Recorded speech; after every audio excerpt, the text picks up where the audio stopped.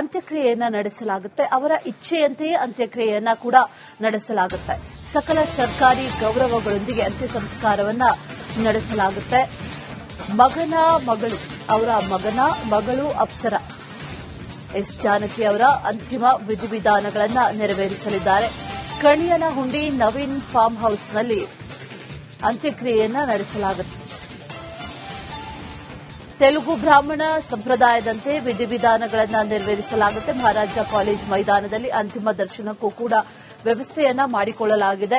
ಬೆಳಗ್ಗೆ 8 ಗಂಟೆಯಿಂದ ಅಂತಿಮ ದರ್ಶನಕ್ಕೆ ಸಾರ್ವಜನಿಕರಿಗೆ ಎಲ್ಲರಿಗೂ ಕೂಡ ಅವಕಾಶವನ್ನ ಈಗ ಮಾಡಿಕೊಡಲಾಗುತ್ತೆ. ಆ ನಿಟ್ಟಿನಲ್ಲಿ ಸಿದ್ದತೆಗಳನ್ನ ಕೂಡ ಈಗಾಗಲೇ ಮಾಡಿಕೊಡಲಾಗಿದೆ. ಅದರ ಜೊತೆಯಲ್ಲಿ ಹಲವು ರಾಜಕೀಯ ಗಣ್ಯರು ಕೂಡ ಈಗಾಗಲೇ ಆಗಮಿಸಿ ಅಂತಿಮ ದರ್ಶನವನ್ನ ಪಡೆದಿದ್ದಾರೆ. ಇವತ್ತು ಕೂಡ ಅನೇಕರು ಆಗಮಿಸಿ ಕೇವಲ ರಾಜ್ಯದಿಂದ ಅಷ್ಟೇ ಅಲ್ಲ, ಹೊರ ರಾಜ್ಯದಿಂದಲೂ ಕೂಡ ಅನೇಕರು ಆಗಮಿಸಿ ಅಂತಿಮ ದರ್ಶನವನ್ನ ಪಡೆಯಲಿದ್ದಾರೆ. ನನ್ನ ಜೊತೆಲಿ ಈಗ ಅನಿಲ್ ಅವರು, ನವೀನ್ ಅವರು ಇದ್ದಾರೆ, ಅವ್ರ ಕೇರ್ ಟೇಕರು. ಸೊ ಏನ್ ಹೇಳ್ತಾರೆ ಮಾತಾಡಿಸ್ತೀನಿ.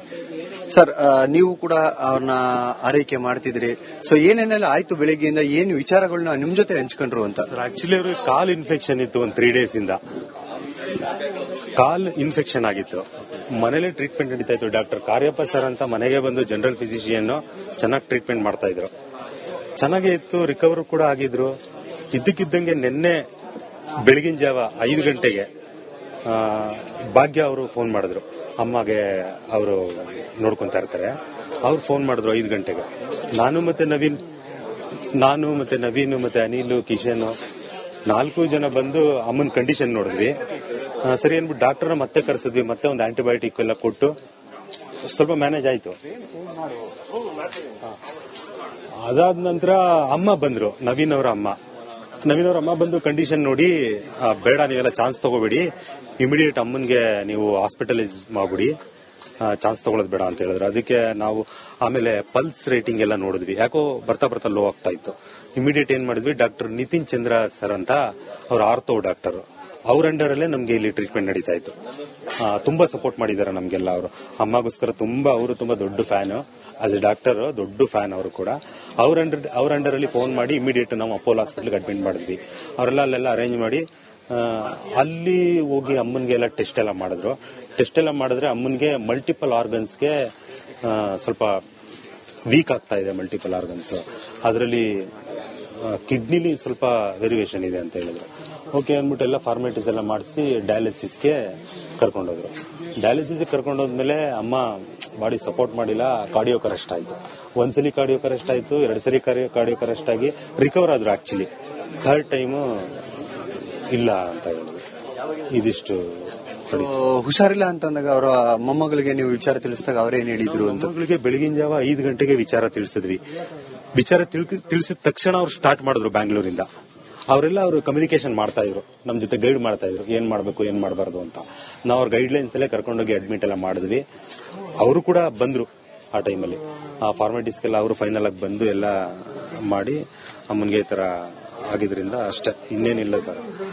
ಕೊನೆಯ ದಿನಗಳು ಹೇಗೆ ಇಲ್ಲಿ ಇರ್ತಿದ್ರು, ಏನು ಮಾಡ್ತಿದ್ರು, ಏನು ಎತ್ತ ಅಂತ? ತುಂಬಾ ಪ್ರೀತಿಯಿಂದ ಇರ್ತಿದ್ರು. ಅವ್ರಿಗೆ ಯಾರು ವ್ಯತ್ಯಾಸ ಅನ್ನೋದೇ ಇಲ್ಲ. ನಾವು ಅವ್ರಿಗೆ ಎಲ್ಲ ಒಂದೇ ಅವ್ರಿಗೆ. ಈಗ ನೋಡಿ ಅಮ್ಮ ಹೋಗ್ತಾ ಇದಾರಲ್ಲ, ಅವ್ರು ಕಂಡ್ರು ಪ್ರೀತಿಸ್ತಾ ಇದ್ರು. ಒಂದು ಚಿಕ್ಕ ನಾಯಿ ಮರಿ ಕಂಡ್ರು ಅದೇ ಪ್ರೀತಿ ಅವ್ರಿಗೆ, ದೊಡ್ಡವ್ರಿಗೂ ಅದೇ ಪ್ರೀತಿ. ಅಷ್ಟು ಸಾಧುತ್ವ, ಅಷ್ಟು ನಿಷ್ಕಲ್ಮಶ ಅವ್ರಿಗೆ. ಸರ್ ಅವ್ರ ದೊಡ್ಡ ಆರ್ಟಿಸ್ಟ್ ಅನ್ನೋದಕ್ಕಿಂತ ಹೆಚ್ಚಾಗಿ ಅವ್ರ ವ್ಯಕ್ತಿತ್ವ ಸರ್, ಸೀರಿಯಸ್ ಆಗಿ ಹೇಳ್ತಾ ಇದೀನಿ. ನಾವು 2018, 2017ರಿಂದ ಸತತವಾಗಿ ಅವ್ರ ಜೊತೆ ಒಡನಾಟ ಇಟ್ಕೊಂಡಿದೀವಿ. ನಾನು, ನವೀನು, ಮತ್ತೆ ಅನಿಲ್, ಕಿಶನ್, ಪ್ರವೀಣ್ ಎಲ್ಲಾರು. ಸರ್ ಒಂದು ದಿವಸಕ್ಕೂ ಅವರು ಯಾರ ಮೇಲೂ ಕೋಪ ಮಾಡ್ಕೊಳ್ಳಲ್ಲ ಸರ್, ಅಷ್ಟು ಪ್ರೀತಿ ಅವ್ರಿಗೆ. ಈಗ ಸೊ ಕೊನೆಯ ಏನಾದ್ರು ಅವರ ಆಸೆಗಳು, ಸೊ ಏನೇನಾದ್ರು ನಿಮ್ಮಗಳ ಹತ್ರ ಮಾತಾಡ್ತಿದ್ರ? ಯಾವುದೇ ಆಸೆ ಇರ್ಲಿಲ್ಲ ಸರ್ ಅವ್ರಿಗೆ. ಅವ್ರ ಮನ್ಸಲ್ಲಿ ನಿಷ್ಕಲ್ಮಶ ಪ್ರೀತಿ, ಎಲ್ಲಾರ್ಗೂ ಪ್ರೀತಿಸ್ಬೇಕು, ಯಾವ್ದು ಆಸೆ ಇರ್ಲಿಲ್ಲ ಅವ್ರಿಗೆ. ನೋಡಿ ಅವ್ರ ಅಂತ ದೊಡ್ಡ ಬಿಗ್ ಸೂಪರ್ ಸ್ಟಾರ್ ಅಲ್ವೇ, ಅವ್ರು ಯಾವ ರೀತಿ ಲೈಫ್ ಲೀಡ್ ಮಾಡ್ತಾ ಇದ್ರು, ಅಷ್ಟು ಸಾಧುತ್ವ ಅವ್ರಿಗೆ, ಅಷ್ಟು ಸಿಂಪ್ಲಿಸಿಟಿ. ಏನ್ ಆಸೆ, ಏನೋ ನಿಧನದ ನಂತರ ಅವ್ರು ಯಾವ ರೀತಿ ಇದ್ರು ಅಂತ ಅಬ್ಸಲ್ಯೂಟ್ಲಿ ಕುಗ್ಗೋಗ್ತಾರಲ್ವಾ ಸರ್. ಮಗ ಅಂದ್ರೆ ಮುರಳಿ ಅಣ್ಣ ಅವ್ರಿಗೆ, ಅವ್ರಿಬ್ರು ಬಂದೆ. ಅವ್ರು ಯಾರು ಒಬ್ರಿಗೊಬ್ರು ಬಿಟ್ಟಿದ್ದೇ ಇಲ್ಲ. ತುಂಬಾ ಒಡನಾಟ, ಫ್ರೆಂಡ್ಸ್ ತರ ಇದ್ರು ಅವರು. ಫ್ರೆಂಡ್ಸ್ ತರ ಒಬ್ರು ಬಿಟ್ಟು ಒಬ್ರು ಇರ್ತಾ ಇರ್ಲಿಲ್ಲ ಅವ್ರು ಹೋದ್ಮೇಲೆ ತಾಯಿ ಹೃದಯ ಅಲ್ವಾ ಸರ್ ಅದು, ತುಂಬಾ ಕುಗ್ಗೋದ್ರು ಹೇಳ್ಬೇಕಂದ್ರೆ. ತುಂಬಾ ನೆನ್ಸ್ಕೊಂಡು ಕೆಲವು ಸಲ ರಾತ್ರಿ ಎಲ್ಲ ಅಣ್ಣನ್ ನೆನ್ಸ್ಕೊಂಡು ತುಂಬಾ ನೋವು ಮಾಡ್ಕೊಂತ ಇದ್ರು ಮನ್ಸಲ್ಲಿ. ನಾವೆಲ್ಲ ಸಮಾಧಾನ ಮಾಡೋ, ನಾವೆಲ್ಲ ಇಲ್ವಾ ಅಮ್ಮ ಅಂತ. ಹೌದು ಕಂದ, ನೀವೆಲ್ಲ ಇಲ್ಲಿ ಇದ್ದೀರಾ ಅಂತಾನೆ ನಾನು ನನ್ ಮನೆಗೆ ಹೋಗಲ್ಲ. ಹೈದರಾಬಾದ್ ಅಲ್ಲಿ ದೊಡ್ಡ ಬಂಗ್ಲೆ ಇದೆ ಸರ್, ಅವ್ರಿಗೆ ದೊಡ್ಡ ಫ್ಯಾನ್ಸ್ ಟ್ರೂಪ್ ಇದೆ, ಎಲ್ಲಾ ಕಡೆ ಫ್ಯಾನ್ಸ್ ಇದಾರೆ. ಆದ್ರೆ ಮೈಸೂರಲ್ಲಿ ನಮ್ಮನ್ನೆಲ್ಲ ತುಂಬಾ ಪ್ರೀತಿಯಿಂದ ನಮ್ ಜೊತೆಲೇ ಇರ್ಬೇಕು ಅಂತ ಇಷ್ಟಪಟ್ಟು ಇಲ್ಲೇ ಇದ್ದು. ಮೈಸೂರು ಅಂದ್ರೆ ಏನಕ್ಕೆ ಅಷ್ಟೊಂದು ಪ್ರೀತಿ ಅವ್ರಿಗೆ? ನಾವೆಲ್ಲ ಇದೀವಲ್ಲ ಸರ್, ಮುಖ್ಯವಾಗಿ ನವೀನ್ ಸರ್, ನಾವೇನೇ ಹೇಳ್ಕೋಬಹುದು. ಫಸ್ಟ್ ನವೀನ್ ಕಂಡ್ರೆ ಅವ್ರಿಗೆ ತುಂಬಾ ಪ್ರೀತಿ, ಅದೇನೋ ಒಂಥರ ಅವ್ರಿಗೆ ಅವ್ನ್ ನೋಡಿದಾಗೆಲ್ಲ ಒಂಥರ ಮಗು ತರ ಪ್ರೀತಿ ಅವ್ರಿಗೆ. ಅವ್ರ ಜೊತೆ ನಮಗೂ ಅಷ್ಟೇ ಪ್ರೀತಿ ಮಾಡಿದ್ದಾರೆ, ಬಟ್ ಅವನಿಂದ ನಾವೆಲ್ಲ, ಹಾಗಾಗಿ ಮೈಸೂರು ಅಂದ್ರೆ ಅಷ್ಟೊಂದು ಅಟ್ಯಾಚ್ಮೆಂಟ್ ಸರ್ ಅವ್ರಿಗೆ. ಈಗ ಮೈಸೂರಿನಲ್ಲೇ ಅಂತ್ಯ ಸಂಸ್ಕಾರ ಮಾಡಿ ಅಂತಾನೂ ಕೂಡ ಹೇಳ್ಕೊಂಡಿದ್ರ ನಿಮ್ಮ ಹತ್ರ? ಸರ್ ಹೌದು, ನಾನು ಮೈಸೂರಲ್ಲಿ ಆಕ್ಚುಲಿ ಲಾಸ್ಟ್ ಟೈಮ್ ಹೈದರಾಬಾದ್ಗೆ ಹೋದಾಗ ಅವ್ರಿಗೆ ಕಾಲೆಲ್ಲ ಸ್ವಲ್ಪ ಇನ್ನೂ ಇನ್ಫೆಕ್ಷನ್ ಆಗಿತ್ತು, ಒಂದು 3-4 ಮಂತ್ಸ್ ಬ್ಯಾಕ್. ಅಲ್ಲಿ ಸೀರಿಯಸ್ ಆದ್ರೂ ಕೂಡ ಅಲ್ಲಿ ಹಠ ಮಾಡಿ ಅವರು ಅಲ್ಲೆಲ್ಲೂ ಹಾಸ್ಪಿಟಲೈಸ್ ಆಗ್ದೇನೆ ಇಲ್ಲಿಗೆ ಬಂದ್ರು ಹಠ ಮಾಡಿ. ಇಲ್ಲ ನಾನು ಮೈಸೂರಿಗೆ ಹೊಟ್ಟೋಗ್ತೀನಿ, ಅಲ್ಲೆಲ್ಲ ನನ್ನ ಮಕ್ಕಳೆಲ್ಲ ಇದಾರೆ, ನನ್ನೆಲ್ಲ ನೋಡ್ಕೊಂತಾರೆ, ಏನೇ ವ್ಯತ್ಯಾಸ ಆದ್ರೂ ಕೂಡ ನನಗೆ ಮೈಸೂರಲ್ಲೇ ನಾನು ಇರಬೇಕು ಅಂತ ಅನ್ಕೋತೀನಿ ಅಂತ ಹೇಳಿ ಮೈಸೂರಿಗೆ ಹಠ ಮಾಡ್ಕೊಂಡು ಬಂದು ರಿಕವರ್ ಆಗಿ ಚೆನ್ನಾಗಿದ್ರು ಸರ್. ಒಂದು 2-3 ಡೇಸ್ ಇಂದ ಅಮ್ಮ ಏನೋ. ಧನ್ಯವಾದಗಳು ಸರ್. ಇದಿಷ್ಟು ಅವರ ಕೇರ್ ಟೇಕರ್ಗಳ ಮಾತುಗಳಾಗಿತ್ತು. ಕ್ಯಾಮರಾ ಪರ್ಸನ್ ಮಂಜುನಾಥ್ ಜೊತೆ ಸತೀಶ್ ಕನಕಪುರ, ಆರ್ ಕನ್ನಡ, ಮೈಸೂರು. ಮಾತಾಡ್ತಿದ್ರ?